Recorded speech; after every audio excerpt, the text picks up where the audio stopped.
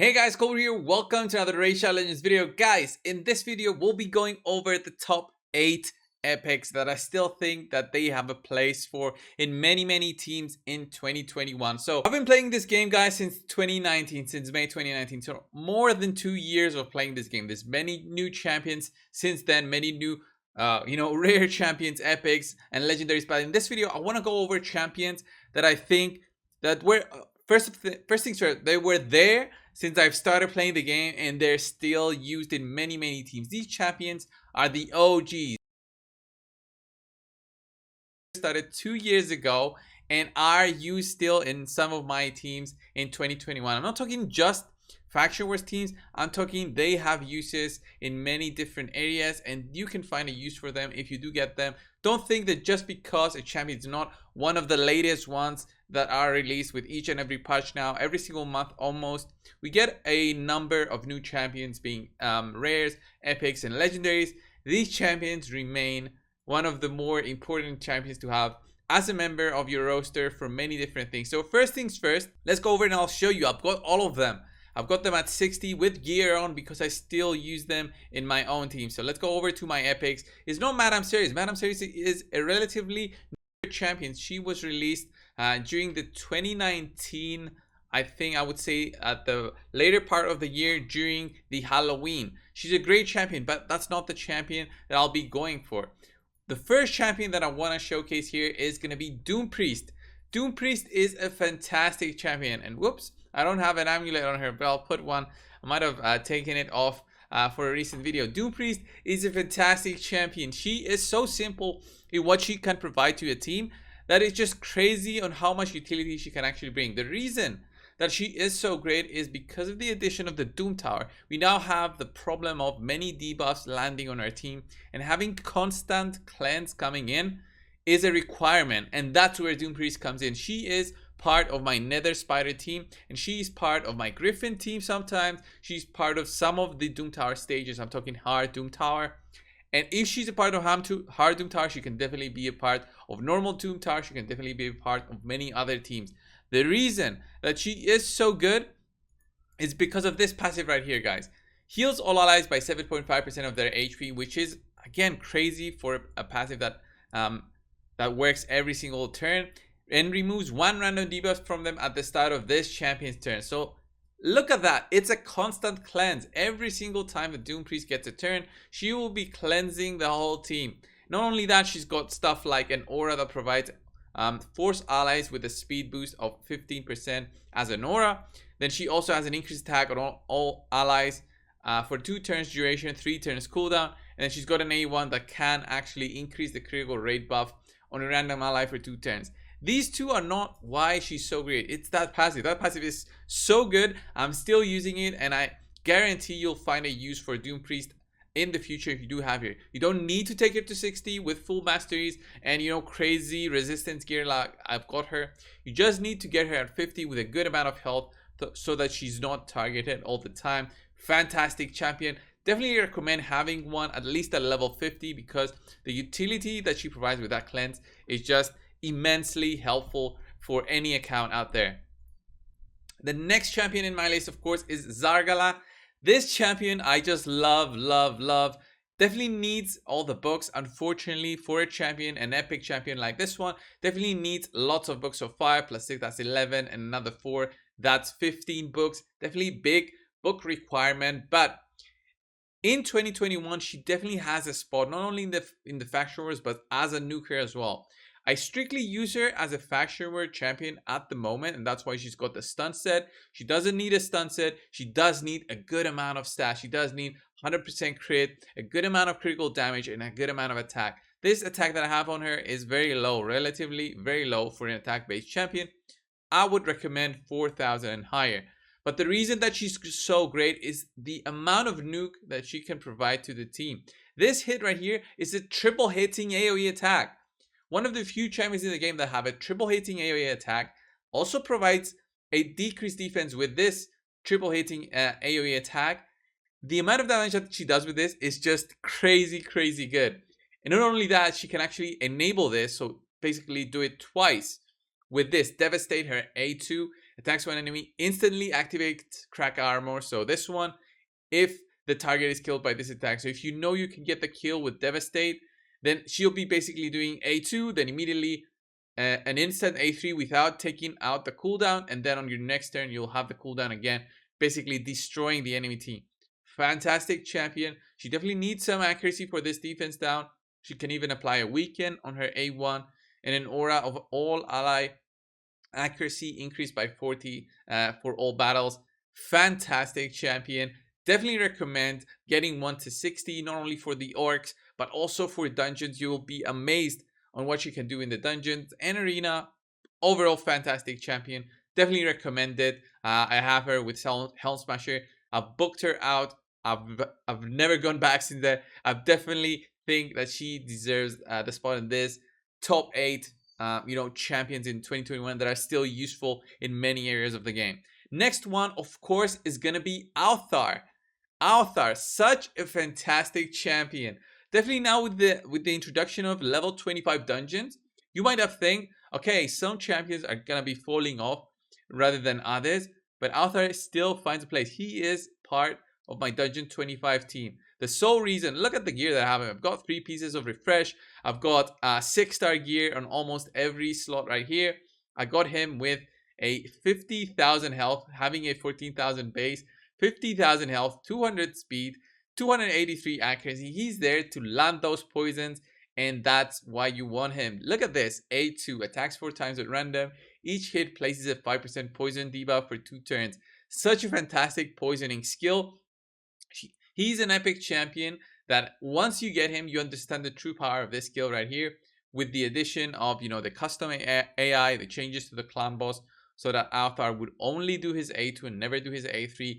Makes this champion so good. You don't need to book his A1 or A3 if you get lucky with booking his A2, but fantastic champion. Definitely recommend using him, especially for the dragon, the poisoner, getting your poisoner right to the end of that dungeon. It's what makes it so good.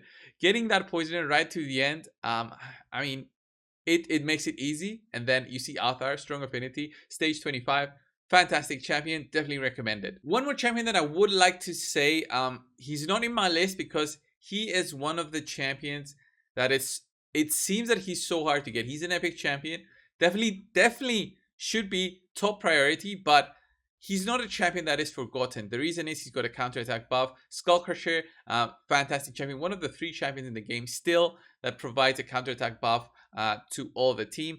I'm going to say that he deserves a part of this, but he's no part of my forgotten champion kind of list. So let's go on to the next one. The next one will be Jarek. Jarek, another great champion. Definitely was used, an OG champion in this game. Definitely was used in many clan boss teams in the past. Now he's mostly forgotten in many clan boss teams because of the introduction of other champions, but he still has some uses, and especially the hard Doom Tower. The reason that I'm saying this is because of this passive. Place a 15% continuous heal buff on an ally for 1 turn whenever an ally loses 20% of their max HP in 1 hit. This is so good. The hard Doom Tower, there's definitely very hard hitting bosses out there, and having this pretty much guaranteed healing out of a champion like Jarek, without the cooldown right here, means that he can constantly be applying it to your team, helping them survive a little bit longer with that additional heal. He also has an ally protection and increased defense buff on all allies for 2 turns on his A2. Look at that, just 1 book, and then this A1 is a decreased attack debuff. This is definitely useful for bosses, not so much useful for waves, but he helps for waves with his A2, which is the ally protection and increased defense. Fantastic champion, has an aura as well for increasing ally HP in battles by 33%. Fantastic champion. The way that I've built him is for one of the bosses in the hard Doom Tower, getting the stalwart set in there so he can take some hits and actually survive. So definitely recommended to build this guy out because of some of the bosses. He might not be the one that you should go first at in leveling up in terms of epics, but the low amount requirement in terms of books makes him an easy choice, especially for also the Lizardman faction wars. Next up in this list is of course Seeker. He's definitely not neglected by many players. He's definitely used in both PvP, he's both used in clan boss, but That being said, he's in most arena teams. That being said, don't ignore him just because this guy, you must have been seeing videos from him since forever, like videos 2 years ago with Seeker. It doesn't mean he's a bad champion. It doesn't mean he's not part of the OGs that must be leveled up. Seeker, I've got two of them at 60. This one specifically has a shield set and a speed set. He's used for strictly PvP purposes. He's got a high speed, high HP, so he provides a shield to my team. The reason that he's so good in many things is because of what he can provide as a utility defense-based champion. So he's got a great aura for defensive arena battles. So you put them there in the lead, he's going to give you 30% increased defense. He's got a great passive. Look at this. Heals his champion by 20% HP and places 60% increased defense buff on all allies for 2 turns when hit with a critical hit. Fantastic for arena, fantastic against those hegemons. Then he's got this A2, which not only gives an increased attack buff on all allies, okay, fills the turn by 30%, but it also grants him an extra turn. It's crazy. So this basically is a 2-turn cooldown skill. And then his A1 can actually apply a provoke and lock down a champion. Combination with some masteries like the Evil Eye mastery right here makes Seeker a fantastic PvP champion, fantastic clan boss champion, fantastic dungeon champion. You can actually use him in dungeons as well just because of all this speed boosting and increased attack that he can provide to the team. Just level him up. You won't regret it. You won't regret it. Won't regret it. Next up, of course, is Allure. Allure, another great champion since I've started playing the game. She was great in Dungeons 15. There was a time where the maximum dungeon level was 15. So Fire Knight 15, she was fantastic. We got Fire Knight 20. She was still great. Even weak affinity, you could just take one Allure in there. You didn't need the affinity breaker set. There wasn't any affinity breaker sets in the past. You could use one Allure, have enough accuracy on her, have her fast enough, and she would be so good for the Fire Knight. She still does that in Fire Knight 25. She's still great for the Demon Spin faction, and she's still great for also the Doom Tower. Definitely a recommended leveling up of this champion because of this skill right here, guys. Attacks 3 times at random, decreases the target's turn meter by 25% on each critical hit. So you just need to get her critical hit to 100%, and then put the custom AI so that she doesn't do her A2 or A3 ever, and she'll be just spamming that A1 all the time, decreasing the turn meter. That's why you want her in your team. You don't want her for anything else. Guaranteed to make you so happy, especially for Fire Knight. She is the key to beating it with many teams. Number 7 in the list is of course going to be Tyrell. Tyrell, the OG leader in the clan boss, leader in the dungeons. This guy was the most sought after epic when I first started playing the game. Everybody was saying, okay, if you're gonna get an epic, be happy if it's a Tyrell. He's gonna be a game changer for your account. This guy can hit so hard that you'll forget that he's an epic. You'll think he's a legendary. He hits so hard, and with just the amount of gear I have, just got some random gear on this guy, like 4,000 defense, almost 100% crit, 135. He still hits for easy 100Ks with his A3 attack. This skill right here can hit for quite hard. His A1 hits for quite hard. He has a varying set of skills like a decreased attack on his A1. He's got a decreased defense on his A2, and he's got a possibility to stun and also decrease turn meter on his A3.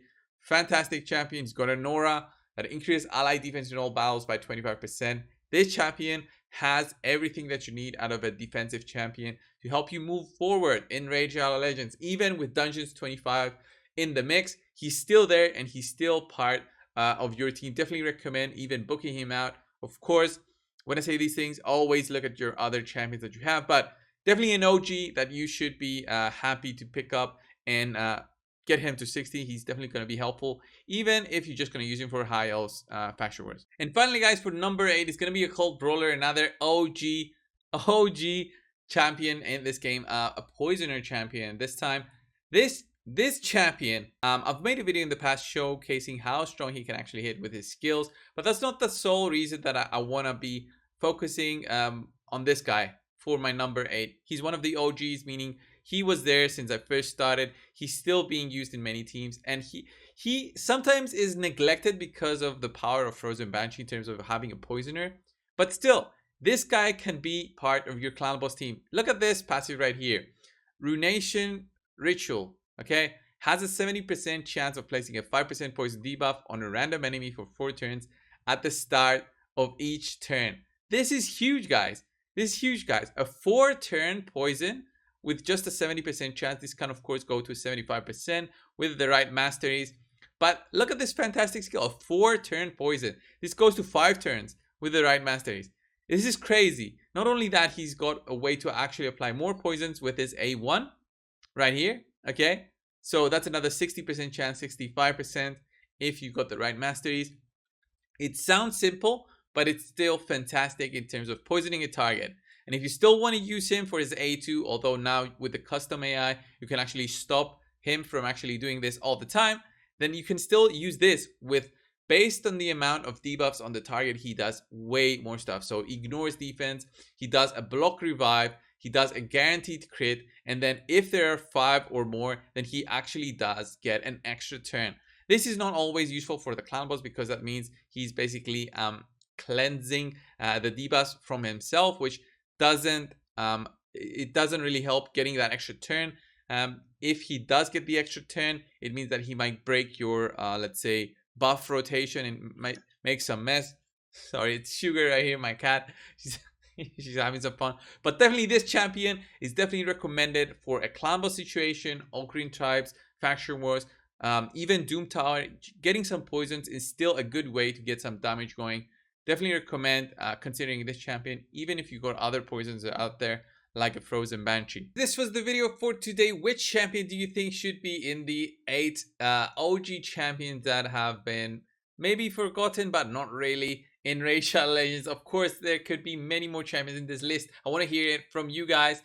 You might want to say, of course, Seer is in the list, but she is definitely not forgotten by any means. She's still sought after in every voice chat open. So I want to hear from you guys. Leave it down in the comments. Thank you for watching. Subscribe if you haven't already. And I'll see you guys in the next one. See ya.